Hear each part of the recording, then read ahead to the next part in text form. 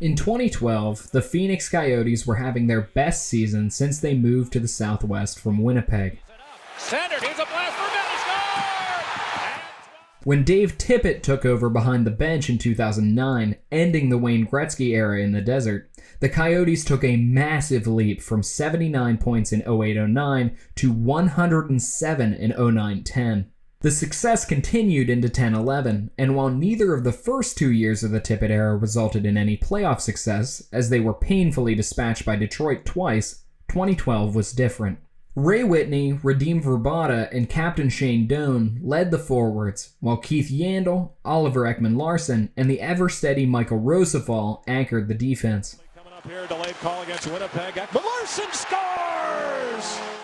The Coyotes won their division for the first time in that 2012 season, earning them the 3 seed in the Western Conference and home ice against Chicago in round 1 of the playoffs. The Yotes fought tooth and nail against the Hawks, with each of the first 5 games going to overtime. But heroics from breakout player Mikkel Bodker, deadline acquisition Antoine Vermette, and netminder Mike Smith led the franchise to the second round for the first time since the move. Smith had a large task ahead of him coming into 2012, as he needed to replace the eccentric Vezina candidate Ilya Bryzgalov. The new goalie rose to the occasion. In fact, he rose above it, having far and away his best season to date at 29 after being a subpar backup for most of his career. In the playoffs, Smith went nuclear. In round 2 against Nashville, Smith allowed just 9 goals in the 5 games it took for Phoenix to dispatch the Preds. Look out in front. Center one off the stick. Smith twice, 3 times. Comes up big. In the conference final, the surging Coyotes met the molten LA Kings. Carter plays it ahead. It comes back to him. He scores! The Kings turned their season around after the trade deadline and were unstoppable from that point on. They weren't fast, but they were big and tremendous at maintaining possession of the puck and keeping it away from their standout goalie, Jonathan Quick. While Quick had been the obvious star for the Kings on their path of destruction throughout the first 2 rounds, it wasn't the cornerstone netminder who would scar the Yotes. Yes, Quick was the Kings' best player, but it was their captain who would become the center of attention, who would draw the ire of the desert's denizens. Dustin Brown was about to become Arizona's most hated.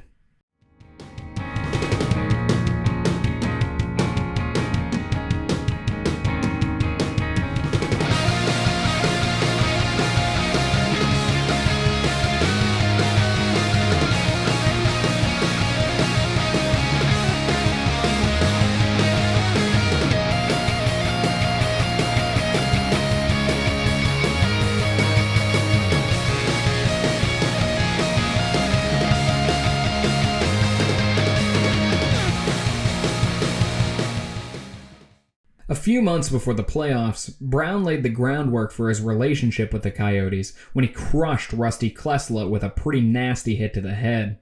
It wasn't the first time Brown had obliterated Klesla, dating back to the latter's time in Columbus, and it wouldn't be the last. In response, Shane Doan beat the absolute tar out of Brown in what, at the time, seemed like would be the final note of the feud. It was just an intermission. Brown was flying from the drop of the puck in Game 1, and soon he set up the Kings' first goal. Delicate area. Now Brown tried to stuff it to the front of the net. He skates in after the puck again, drops it back. Kopitar back and scores! Down goes Rusty. Yourself in a bad spot going to the penalty box. Big hit by Brown after the puck was... Every time Brown touched the ice, he was stirring the pot. Hits, shots, jabs after the whistle, anything to get under the Coyotes' skin. After Derek Morris tied the game with an improbable shot, Brown went running all over the ice, chasing Ray Whitney, then sprinting across the ice to hit Martin Hanzal.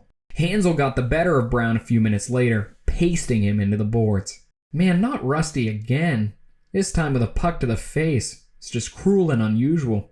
To cap off his opening period of terror, Brown threw Roosevelt to the ice miles behind the play, earning a penalty for interference. The second period was more of the same. More shots, more chippiness, more beating on Klesla.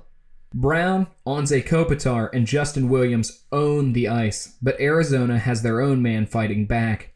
Shane Doan and his line, while not as effective in terms of scoring chances as the Kings' top line, are hitting LA hard, and Doan set up Bodker to tie the game at 2. This was a war between the captains. It was the Kings captain that broke the tie. Nice pass ahead for Brown, got some room. Dustin Brown with a shot, he scores! He beats Mike Smith!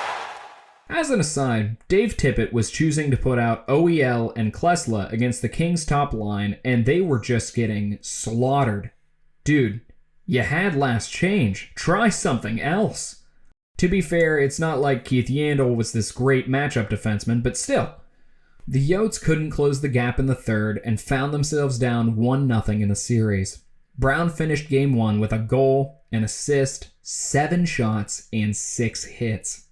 It wasn't Brown specifically, but it should be known that the Kings were throwing themselves into the oft ill-tempered Smith at every possible opportunity. Brown didn't manage a shot in Game 2, but tacked on another 6 hits and an assist in the Kings' 4-0 victory. Game 2 was also meaner and uglier. Doan crossed the line in his frustration, getting tossed from the game for a vicious board on Trevor Lewis. Wrong righty with a number in the 20s, Shane. Brown took a penalty of his own when Mike Smith hacked the back of his legs and he went down like a ton of bricks, earning an embellishment call. Honestly, I'm not sure it was that much of an exaggeration. Smith cracked him pretty good. Throughout the entire game, the Kings egged the Coyotes on, and the Yotes progressively lost their minds. The Kings were perfectly content to take all sorts of snaky penalties because the Yotes couldn't score on the power play. Martin Hanzal was the next Coyote to cross the line. It's not surprising who he tried to maim. Here's Panger, he's a pretty precise shooter. Backhand and a huge collision there.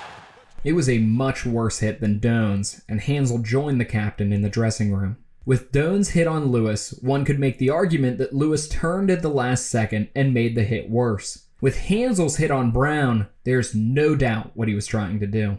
Soon after, Brown went after Derek Morris with a forearm, and Morris immediately took a nasty kneeing penalty.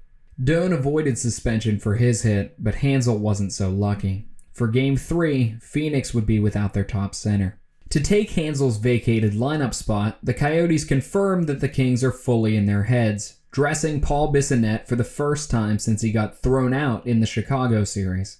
Game 3, and shockingly, Bissonnette in the lineup didn't slow down the Kings. Brown hit a home run pass to Kopitar and later got to run over Smith for good measure.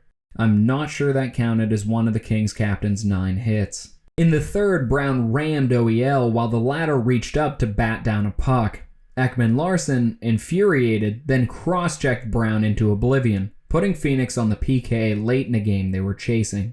Or at least that's what you'd think watching the play in real time. In the replays, it was a pretty clear sell job by Brown. At one point you looked a bit frustrated with the officiating. If I told you what I really thought, I think it would cost me a lot of money. And personally, and I've talked about this in a lot of meetings with Doan, our general manager, that the game is turning a little dishonest, and it's embellishment by players because they know, and it's when it's done well, it's very hard for the referees. The Kings went up 3-0 in the series, and it looked grim for the Yotes. Hanzal was back from his suspension with the Coyotes' season on the line.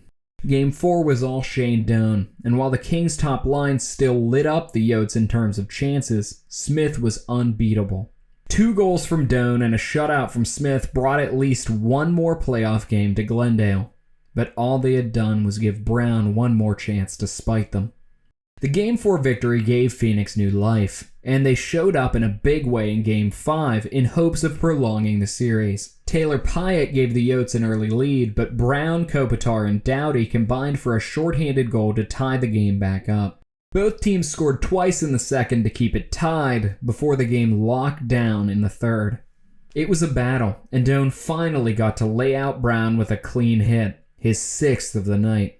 Though their first line of Radim Verbata, Ray Whitney, and whichever guy with a pulse was at center had been completely neutralized by the Kings with only 1 assist for each of the 2 wingers, the Coyotes would not give up as long as their captain and goaltender were still standing. The game marched into overtime. 18 minutes in, it was time for Dustin Brown's grand finale. Kopitar rolls the ball, extra move at the line in, it's offside, and then Brown runs into him, and Roosevelt's hurt. Yep, he is hurt. Ekman Larson and Doan. A just horrific hit. The whistle had blown for offside already, but it's the knee that was the problem. Yes, sure, Roosevelt made a dumb play cutting across the neutral zone like that. He caused his team to be offside and set himself up to get crushed. But he didn't get a massive shoulder in the chest. Brown led with his knee and mostly missed any other contact with Roosevelt. Even if the Czech veteran had made a sudden move and Brown just happened to knee him trying to get some contact, I might have been able to give the Kings captain the benefit of the doubt. But no. There was no sudden movement. It was after the whistle. He hurt Roosevelt. He led with his knee. Any way you slice it, it was a dirty hit, and only the non-combatant Ekman Larson could get to Brown before the refs broke up the scrum. No penalty. 10 seconds later, Dustin Penner ended the series. Here comes Carter closing in, save, rebound out in front of Tampa Penner. He scores! Dustin Penner! Understandably, the Coyotes went ballistic. Smith, Doan, Yandel, and Morris chased down the referee to give their opinions. The fans threw beer cans on the ice. In the handshake line, multiple Coyotes had things to say to Brown specifically, including Doan. There's nothing else we can say about it, but I have, you know what, Jerry? I have absolutely no idea. I have no idea what they could have possibly said. I have no idea. Like, how do you miss that? I mean, Rosie's knee's blown out. How do you miss that? How do you miss that when it's after the whistle and it's a knee? Like, how do you possibly miss that? Like, that's where I'm like, you know what? As a player, I get in trouble when I make a mistake. I get in big trouble. I get called out by you guys. I get called out by everybody. I get called out by my coaches. I feel accountable to my teammates. I don't know how you miss it. I really don't know. I don't understand it. I'm sure they have a great explanation, though, for it. I'm sure that they will have a great explanation for it. I know that they try to do their best. I know that they always try to do their best, and they're going to make mistakes. It's just tough when you're on the short end of it. I don't know how many times. You watch the last 3 games. You try to tell me where I got my penalties. On my slashing penalty. And the official probably felt that Jonathan Quick had this cover. Right here, Doan comes in, and boy, there's not much there, though, is there? Or my roughing penalty. Release, but again, right in the middle, it's already covered. Nothing going on right there. And you see Doan just uses that old stinky leather mitt right there, shoves it right in the face of Lewis, and in comes Fraser. Or my holding penalty. On a one-on-one, Doan tries to cut back, plays it through the legs, and here's, that's a takedown. That's a takedown, tackle. yeah. Yep. And then on the way up, Doughty's helmet gets taken off by Doan, a little push right there. The last 3 penalties I got, you tell me where I got them. In 2020, Craig Morgan of The Athletic wrote a terrific piece centered on the hit and its aftermath. It's clear from his current day quotes in the piece that Doan still isn't over the hit in what was the final playoff game of his career. Daryl Sutter still thinks it was a clean hit, for what it's worth. That was it for the Coyotes. As I was writing this script, the situation in Arizona became more and more grim, going from, wait, Ryan Smith like the Oiler? To picking out names and colors for an impending move and subsequent rebrand in Salt Lake City. It's over for this franchise in the desert. The only thing they won of any note between the 2012 conference final and today was a play-in series in the COVID year against Nashville with Coyotes legend Taylor Hall. The last big moment, the last time the fans were in the building and got to really feel something, was the Dustin Brown hit and the Dustin Penner goal. And now it's over. The real villain wasn't Brown, but incompetent ownership that left a bad taste in the mouths of everyone they worked with. Current head coach Andre Tourigny and current GM Bill Armstrong have done a terrific job working within the confines of a team that has lost all public trust and has no interest in improving the on-ice product to win back any of that trust. But do those guys even get to keep their jobs? Only time will tell. Alex Morello and the buffoons that came before him killed hockey in the desert. But only for now. Phoenix is almost certainly coming back as part of the NHL's impending leaps to 34, then 36 teams. A new team, maybe even a new brand, but importantly, new ownership that cares. One of the Coyotes' few successes was their support of youth hockey in Arizona, a system that produced NHLers like Austin Matthews and Matthew Nyes, which blossomed over the past 25 years. Arizona State has seen a ton of support for their Division I hockey program. There is an appetite for hockey in Arizona, just not from these Coyotes. NHL hockey will come back to Phoenix someday soon. It has to. Because Dustin Brown can't be the last moment for these fans. The fans that never sat down between the hit and the Penner goal. When they have a good team, the fans care. They care enough to hate. To brace himself. Yeah, and obviously, Brown's been in the middle of a lot of stuff here in this series and through the playoffs. This is a bad injury for the Phoenix Coyotes.